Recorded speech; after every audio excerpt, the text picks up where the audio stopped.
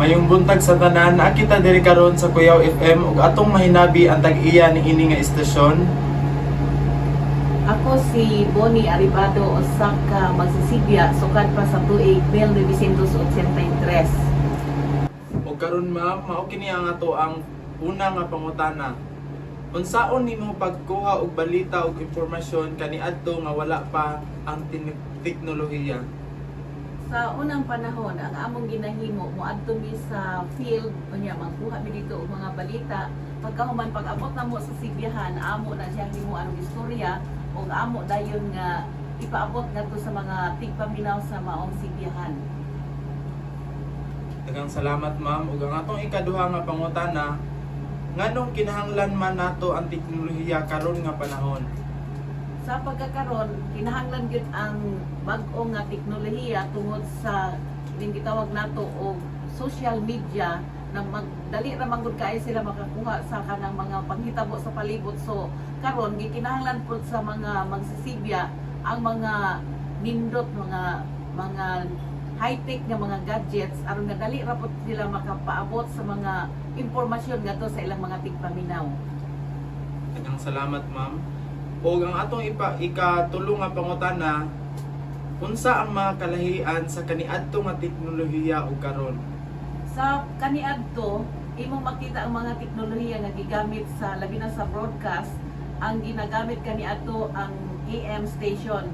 Ang AM station dako kay ni siya og kanang gasto ikumpara sa mga bag-o nga teknolohiya sama sa mga FM station karon panahon na kay murag dili kaayo dako ang gasto sa kini pagtukod og istasyon.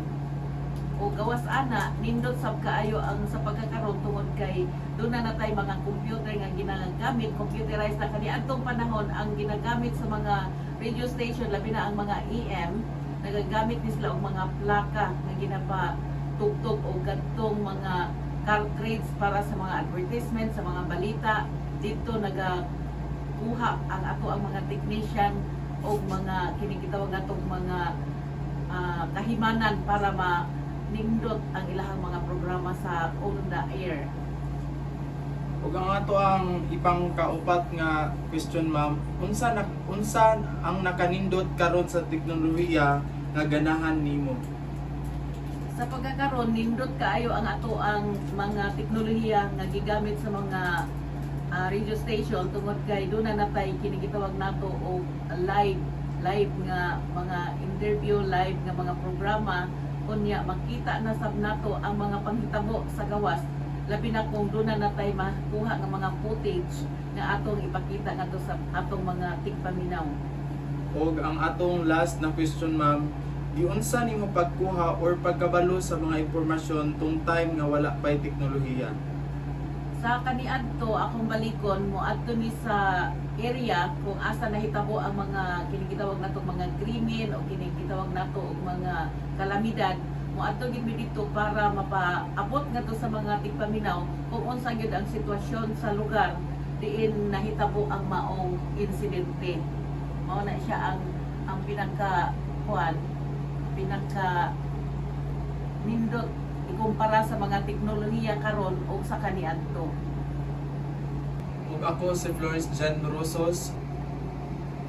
Salamat sa imong pagtubag sa atong mga pangutana ma'am o unta kini nga mga impormasyon makahatag og kahibalo sa uban pang mga katawhan. Ang salamat ma'am sa imong pagpasulod diri sa imong istasyon diri sa Kuyaw FM. Daghang salamat.